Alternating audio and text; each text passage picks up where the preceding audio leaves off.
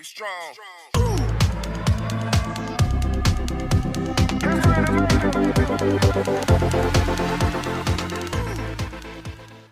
Halo guys, selamat malam semuanya dan cerita hari ini adalah urban legend di Balikpapan yaitu hantu Mariyati.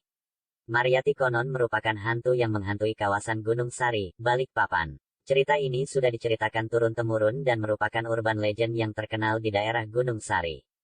Bahkan sebuah jembatan yang ada di sana dinamakan dengan nama hantu tersebut. Jembatan itu adalah Jembatan Mariyati. Menurut cerita, hantu Mariyati masih menghantui kawasan jembatan di Gunung Sari itu. Hantunya diceritakan sering mengetuk pintu-pintu warga, terutama yang dikenal semasa hidupnya untuk memohon maaf atas kesalahan yang telah dilakukannya dahulu. Walau begitu, sosok hantu Mariyati menjadi sangat mengerikan setelah beberapa orang mengaku melihat penampakan hantu Mariyati tak memiliki kepala. Bahkan hingga kini, hantu Mariyati konon masih mendatangi orang-orang yang tinggal di daerah itu. Di tahun 1970 hingga 1980-an, urban legend hantu Mariyati begitu menggegerkan orang-orang yang tinggal di Balikpapan. Hingga saat itu, tidak seorang pun berani keluar rumah pada malam hari. Mereka takut melihat hantu Mariyati yang mengerikan, yang suka melambai-lambaikan tangannya dari kejauhan dengan kepalanya yang buntung. Legenda hantu Mariyati yang kerap muncul di sekitar jembatan Gunung Sari akhirnya membuat namanya disematkan pada jembatan itu. Jembatan Mariyati kini menjadi simbol untuk mengenang Mariyati, wanita yang dulunya pernah hidup di sana dan akhirnya menghantui tempat itu. Urban legend ini berawal pada tahun 1940-an di Gunung Sari, Balikpapan. Saat itu, ada seorang wanita yang sangat cantik bernama Mariyati. Dia memiliki tubuh yang memikat dan paras yang awet muda, walau sudah memiliki anak dan suami. Kelebihan fisik yang dimilikinya membuat orang-orang sangat menyukainya. Tidak hanya anak-anak muda atau lajang. Bahkan, pria beristri pun terpikat dengan kecantikan Mariyati.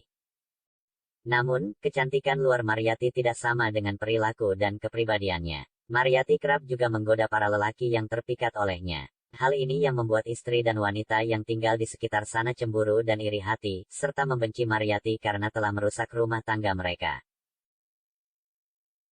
Beberapa tahun berlalu, Mariyati sadar bahwa kecantikan fisiknya tidak mungkin bertahan selamanya. Sewaktu-waktu orang-orang tidak akan lagi menyukai kecantikan paras dan kemolekan tubuhnya. Di saat itu, Mariyati kemudian memutuskan untuk menggunakan susuk atau benda berilmu gaib untuk mempertahankan kecantikannya. Setelah memakai susuk di beberapa bagian tubuhnya, kecantikan yang dimiliki Mariyati bertahan. Kendati begitu, usia dan kesehatan bukan dia yang menentukan. Di tahun 1970-an, karena usia yang bertambah dan kesehatan yang menurun, Mariyati akhirnya jatuh sakit. Dia menderita penyakit kanker rahim, dan diharuskan dirawat di sebuah rumah sakit. Dokter yang menanganinya pun mengetahui bahwa Mariyati telah memasukkan susuk di beberapa bagian tubuhnya. Karena harus dilakukan operasi sesegera mungkin, maka semua susuk itu harus dicabut terlebih dahulu. Setelah berusaha beberapa lama, dokter itu akhirnya berhasil mencabut beberapa susuk yang ada di dalam tubuhnya. Namun, susuk yang bisa dicabut hanyalah yang ada di bagian kepala hingga pinggang, sementara bagian lainnya ke bawah belum berhasil dicabut. Operasi Mariyati pun gagal. Tak lama kemudian, karena susuk yang ada di tubuh Mariyati sebagian telah dicabut, perlahan-lahan tubuhnya kembali ke wujud aslinya. Saat itu, tubuh Mariyati langsung menua. Keriput-keriput keluar dari kulitnya, begitu juga rambutnya yang beruban, tampak seperti wanita tua yang berusia 60-an tahun. Penyakit Mariyati semakin keras, tapi dia tetap tidak dapat disembuhkan karena susuk yang masih menempel di tubuhnya.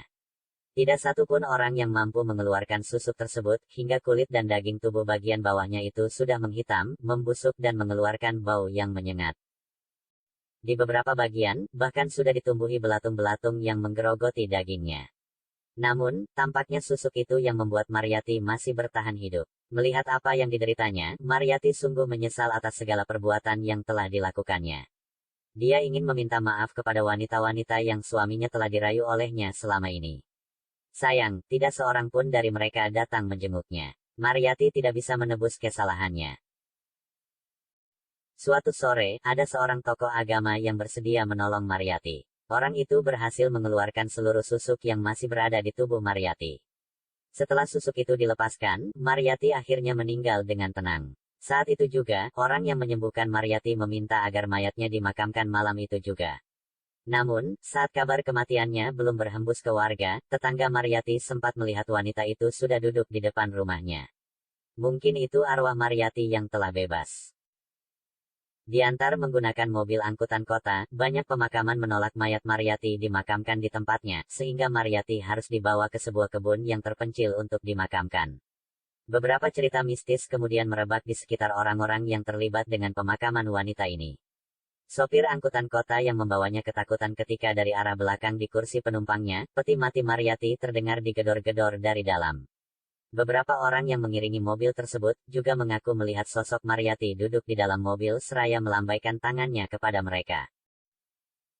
Mengetahui adanya kesaksian semacam ini, mayat Mariyati kemudian dipenggal kepalanya dan kakinya ditusuk-tusuk dengan paku, sebelum dikuburkan di kebun itu.